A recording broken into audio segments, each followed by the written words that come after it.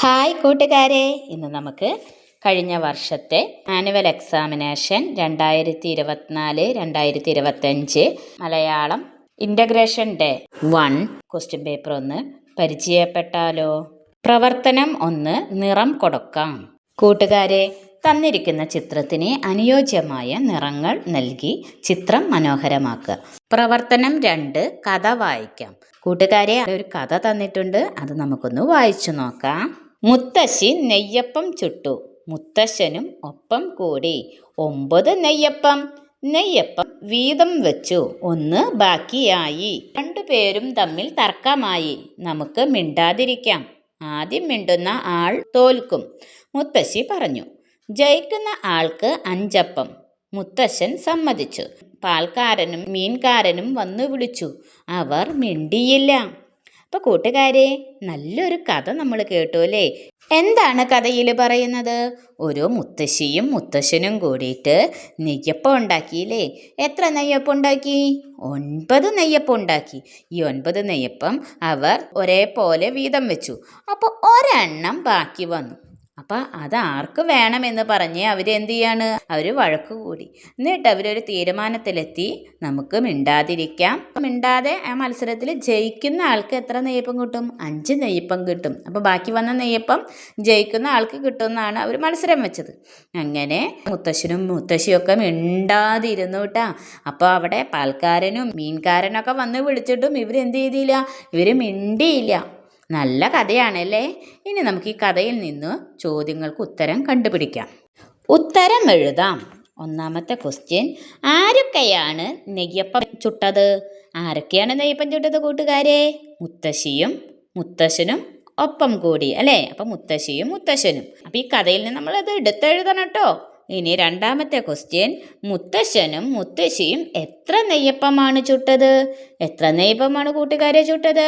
9 നെയ്യപ്പം. അപ്പോൾ 9 അവിടെ എഴുതണം. അടുത്തത്, 2 പേർക്കും കൂടി വീതിച്ചപ്പോൾ എത്ര എണ്ണം ബാക്കി വന്നു? എത്ര നെയ്യപ്പമാണ് കൂട്ടുകാരെ ബാക്കി വന്നത്? 1 നെയ്യപ്പമല്ലേ? അപ്പം നമ്മളവിടെ 1 എന്നെഴുതണം. അടുത്തത്, മുത്തശ്ശിയുടെ വീട്ടിലേക്ക് ആരൊക്കെയാണ് വന്നത്? ആരൊക്കെയാണ് ഇവർ മിണ്ടാതിരിക്കണ നേരത്ത് ഇവരുടെ വീട്ടിലേക്ക് വന്നത്? ആരാ? പാൽക്കാരനും മീൻകാരനും. ഓക്കെ. അടുത്തത് 5ാമത്തെ ക്വസ്റ്റ്യൻ, തർക്കം തീർക്കാൻ മുത്തശ്ശി പറഞ്ഞത് എന്താണ്? എന്താണ് മുത്തശ്ശി ഇവർ ഒരു നെയ്യപ്പം ബാക്കി വന്നപ്പോൾ ഇവർക്ക് ആ തർക്കം തീർക്കാൻ വേണ്ടിയിട്ട് മുത്തശ്ശി പറഞ്ഞത് എന്താണ്? മുത്തശ്ശി പറഞ്ഞത്, നമുക്ക് മിണ്ടാതിരിക്കാം, ആദ്യം മിണ്ടുന്ന ആൾ തോൽക്കും. ഇതാണ് മുത്തശ്ശി പറഞ്ഞത്. ഓക്കെ കൂട്ടുകാരെ, ഇനി നമുക്ക് അടുത്ത പ്രവർത്തനം നോക്കാം. Activity 3, wow neyyappam. Number of neyyappams taken home. അപ്പം നമുക്ക് വീട്ടിലെടുത്ത നെയ്യപ്പത്തിൻ്റെ നമ്പർ നോക്കാം. മത്തായിക്ക് ലഭിച്ചത് 15 നെയ്യപ്പാണ്. അതിന്ന് മത്തായി തിന്നത് എത്ര നെയ്യപ്പം? 7 നെയ്യപ്പം. എത്ര നെയ്യപ്പാവും മത്തായി വീട്ടിലേക്ക് എടുത്തുണ്ടാവുക? മത്തായിക്ക് ലഭിച്ച നെയ്യപ്പത്തിൽ നിന്ന് മത്തായി തിന്ന നെയ്യപ്പം നമ്മൾ കുറച്ച് കഴിഞ്ഞ് നമുക്ക് കിട്ടും. 15 - 7 എത്രയാണ്? 15 - 7 അല്ലെങ്കിൽ എന്ത് പറയാം നമുക്ക്? 7 15 ആവാൻ. 7 15 ആവാൻ എത്രയാ? 7 കഴിഞ്ഞാൽ 8 9 10 11 12 13 14 15. അപ്പോൾ എത്ര കിട്ടി നമുക്ക്? കയ്യിലെടുത്ത് നോക്കൂ കുട്ടികൾ, കയ്യിലെടുത്ത് നോക്കൂ. 7 15 ആവാൻ. 7 15 ആവാൻ എത്ര എടുക്കണം? 8. അടുത്തത്, കേശുവിന് ലഭിച്ചത് 20 നെയ്യപ്പാണ്. കേശു തിന്നത് എത്ര നെയ്യപ്പം? 10 നെയ്യപ്പം. അപ്പോൾ ബാക്കി എത്ര നെയ്യപ്പമാണ് അവർ വീട്ടിലേക്ക് എടുത്തുണ്ടാവുക? അപ്പം എങ്ങനെ ചെയ്യും നമുക്ക്? 10 20 ആവാൻ. 10 20 ആവാൻ എത്ര വേണം? 10 കഴിഞ്ഞാൽ 20 വരെ എണ്ണണം. 10 കഴിഞ്ഞാൽ കൂട്ടുകാരൊന്ന് കൈമ എന്ന് എണ്ണിയേ. 11 12 13 14 15 16 17 18 19 20. കയ്യിൽ എത്ര കിട്ടി? കയ്യിൽ 10 കിട്ടി. അപ്പോൾ 10 20 ആവാൻ 10. അടുത്തത് അബുവിന് 15 നെയ്യപ്പമാണ് ലഭിച്ചത്. അബു തിന്നത് 5 നെയ്യപ്പമാണ്. അപ്പോൾ എത്ര എണ്ണം വീട്ടിലേക്ക് എടുത്തു? നോക്കൂ, 5 15 ആവാൻ. ഒന്ന് നോക്കിയേ, കയ്യിലൊന്ന് എടുത്ത് നോക്കിയേ. 5 കഴിഞ്ഞാൽ 6 7 8 9 10 11 12 13 14 15. എത്ര വിരൽ തുറന്നു കൈമേ? 10 വിരൽ. അപ്പോൾ 5 15 ആവാൻ 10. അടുത്തത് total number of neyyappams Mathai and Keshu got. അപ്പം മത്തായിക്കും കേശുവിനും കൂടി ആകെ ലഭിച്ച നെയ്യപ്പം എത്രയാണ് കൂട്ടുകാരെ? നോക്കാം നമുക്ക്. മത്തായിക്ക് ആകെ ലഭിച്ചത് 15 നെയ്യപ്പവും കേശുവിന് ആകെ ലഭിച്ചത് 20 നെയ്യപ്പവുമാണ്. അപ്പോൾ നമ്മൾ എങ്ങനെ എഴുതും? 15 + 20. അപ്പോൾ നമുക്ക് മത്തായിക്കും കേശുവിനും കൂടി ലഭിച്ച ടോട്ടൽ നെയ്യപ്പം അറിയാം. അപ്പോൾ എത്രയാണ് 15 + 20? എത്രയാണ് കൂട്ടുകാരെ? 15 + 20 35. അപ്പോൾ 15 + 20 എത്രയോ ഉത്തരം കിട്ടിയത്? 35. അടുത്ത question, who got more neyyappams? ആർക്കാണ് കൂടുതൽ നെയ്യപ്പം ലഭിച്ചത്?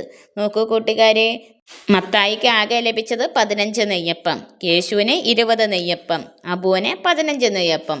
അപ്പം ആർക്കാണ് കൂടുതൽ ലഭിച്ചത്? ആർക്കാ കൂട്ടുകാരെ ഏറ്റവും കൂടുതൽ? വലിയ സംഖ്യ ഏതാ ഇതിൽ?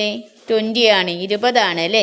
അപ്പോൾ ഏറ്റവും കൂടുതൽ ലഭിച്ചത് 20 കിട്ടിയ കേശുവിനെയാണ്. അപ്പോൾ കേശു എന്ന് നമ്മൾ എഴുതണം. Who got more neyyappams? ആരാ? കേശു. ഓക്കെ, ഇനി നമുക്ക് അടുത്ത ആക്ടിവിറ്റി നോക്കാം. പ്രവർത്തനം 4, നന്നായി വളരാൻ. നല്ല ആരോഗ്യത്തിന് നാം കഴിക്കേണ്ട ആഹാര സാധനങ്ങൾക്ക് സ്മൈൽ ചിഹ്നം വരയ്ക്കുക. അപ്പം നമുക്ക് നല്ല ആരോഗ്യത്തിന് വേണ്ടി നാം കഴിക്കേണ്ട ആഹാര സാധനങ്ങൾക്ക് നമുക്ക് ചിരിക്കുന്ന ചിത്രം വരയ്ക്കാം. ഇനി നമുക്ക് ഏതൊക്കെയാണ് നല്ല ആഹാരത്തിന് വേണ്ട സാധനങ്ങൾ എന്ന് കണ്ടുപിടിക്കാം. ചിത്രം നോക്കി കൂട്ടുകാരൊന്ന് പറഞ്ഞേ, നല്ല ആരോഗ്യത്തിന് വേണ്ട സാധനങ്ങൾ ഏതൊക്കെയാണെന്ന്. പാല്, പഴങ്ങൾ, പച്ചക്കറികൾ, പിന്നെ ഗോതമ്പ്, അരി, മീൻ, ഇറച്ചി, മുട്ട. ഇവയ്ക്കൊക്കെ നമ്മൾ ചിരിക്കുന്ന ചിത്രം വരയ്ക്കാം. അപ്പം നല്ല ആരോഗ്യത്തിന് വേണ്ട നല്ല ആഹാര സാധനങ്ങൾ ഈ ചിത്രത്തിൽ ഏതൊക്കെയാണ്? പാല്, പഴങ്ങൾ, പച്ചക്കറികൾ, അരി, ഗോതമ്പ്, മീൻ, ഇറച്ചി, മുട്ട. ഓക്കെ കൂട്ടുകാരെ, ഈ ചിത്രങ്ങൾക്ക് നേരെ നമുക്ക് എന്ത് ചെയ്യാം? ചിരിക്കുന്ന ചിത്രം വരയ്ക്കാം. അടുത്തത്, കൂട്ടത്തിൽ പെടാത്തതിനെ വട്ടത്തിലാക്കൂ. തന്നിരിക്കുന്ന ചിത്രങ്ങളിലെ കൂട്ടത്തിൽ പെടാത്തതിനെ വട്ടത്തിൽ വരയ്ക്കാം. ഏതാണ് കൂട്ടത്തിൽ പെടാത്തത്? പഴം, പൈനാപ്പിൾ, ബർഗർ, ആപ്പിൾ, ക്യാരറ്റ്. ഇതിലെ ഏതാണ് കൂട്ടത്തിൽ പെടാത്തത്? ബർഗർ ആണല്ലേ. ബാക്കിയുള്ളതൊക്കെ നമുക്ക് നല്ല ആരോഗ്യത്തിന് വേണ്ട ആഹാര സാധനങ്ങളാണ്. ബർഗർ നല്ല ആരോഗ്യത്തിന് വേണ്ടതാണോ? അല്ല അല്ലേ. അപ്പം അതിനെയാണ് നമ്മൾ എന്ത് ചെയ്യണം? വട്ടത്തിൽ വരയ്ക്കേണ്ടത്. ഓക്കെ കൂട്ടുകാരെ, ഇനി നമുക്ക് അടുത്ത പ്രവർത്തനം നോക്കാം. പ്രവർത്തനം 5, അപ്പുവിൻ്റെ ഡയറി. ഞാൻ മുത്തശ്ശൻ്റെ വീടിന് അടുത്തെത്തി. വീടിന് മുന്നിൽ ഒരുപാട് ആളുകൾ മുത്തശ്ശിയെ ജീപ്പിലേക്ക് കയറ്റുന്നത് കണ്ടു. മുത്തശ്ശനെ കയറ്റുമ്പോൾ കാല് ജീപ്പിൽ തട്ടി. എൻ്റെ കാലേ എന്ന് പറഞ്ഞ് മുത്തശ്ശൻ കരഞ്ഞു.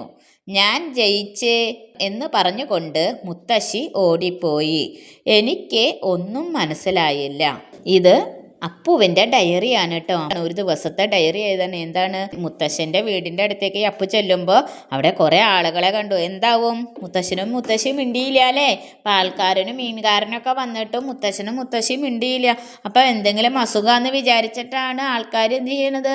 ഈ മുത്തശ്ശനും മുത്തശ്ശീനെയും ജീപ്പിൽ കയറ്റി ആശുപത്രിയിൽ കൊണ്ടുപോകാൻ നിൽക്കണേ. അപ്പോൾ ഈ അപ്പു വരുന്ന നേരത്തെ അപ്പുവിന് ഇതൊന്നും അറിയില്ലല്ലോ. അപ്പു വരുന്ന നേരത്ത് മുത്തശ്ശൻ്റെ വീടിന് മുന്നിൽ നിറച്ച് ആളുകളെ കണ്ടു. മുത്തശ്ശീനെ ജീപ്പിൽ കയറ്റിയപ്പോൾ മുത്തശ്ശിയൊന്നും മിണ്ടിയില്ല. മുത്തശ്ശനെ കയറ്റുമ്പോൾ എന്താണ്? കാല് ജീപ്പിൽ തട്ടിയപ്പോൾ മുത്തശ്ശൻ പറഞ്ഞു. എന്താ പറഞ്ഞത്? എൻ്റെ കാലേ എന്ന് പറഞ്ഞു മുത്തശ്ശൻ കരഞ്ഞു. അപ്പോൾ മുത്തശ്ശി പറഞ്ഞു ഞാൻ ജയിച്ചെന്ന്. അപ്പോൾ ആദ്യം ആരാ മിണ്ടിയത്? മുത്തശ്ശൻ മിണ്ടിയില്ല. എൻ്റെ കാലേ എന്ന് പറഞ്ഞു മുത്തശ്ശൻ മിണ്ടി. അപ്പോൾ മുത്തശ്ശി ഞാൻ ജയിച്ചേ എന്ന് പറഞ്ഞുകൊണ്ട് മുത്തശ്ശി ഓടിപ്പോയി. ഇത് കണ്ടു നിന്നിട്ട് നമ്മുടെ അപ്പുവിന് ഒന്നും മനസ്സിലായില്ല. അപ്പോൾ അപ്പു അന്നുണ്ടായ സംഭവം അപ്പുവിൻ്റെ ഡയറിയിൽ എഴുതിയതാണ്. അപ്പുവിൻ്റെ ഡയറി വായിച്ചല്ലോ. ഇന്നലത്തെ കാര്യങ്ങൾ ചേർത്ത് നിങ്ങളുടെ ഡയറി എഴുതൂ, ചിത്രവും വരയ്ക്കൂ. അപ്പം എൻ്റെ ഡയറി എന്ന് എഴുതിയിട്ടുണ്ട് കേട്ടോ. ഇനി അതിൽ നമ്മൾ ഇന്നലത്തെ കാര്യങ്ങൾ എഴുതുകയാണ്. ഇന്നലത്തെ കാര്യങ്ങൾ എഴുതിയിട്ട് അതിനനുസരിച്ചൊരു ചിത്രവും വരയ്ക്കണം കേട്ടോ. അപ്പം എൻ്റെ ഡയറി എന്നുള്ളൊരു പുസ്തകം നമ്മൾ എഴുതാറില്ലേ?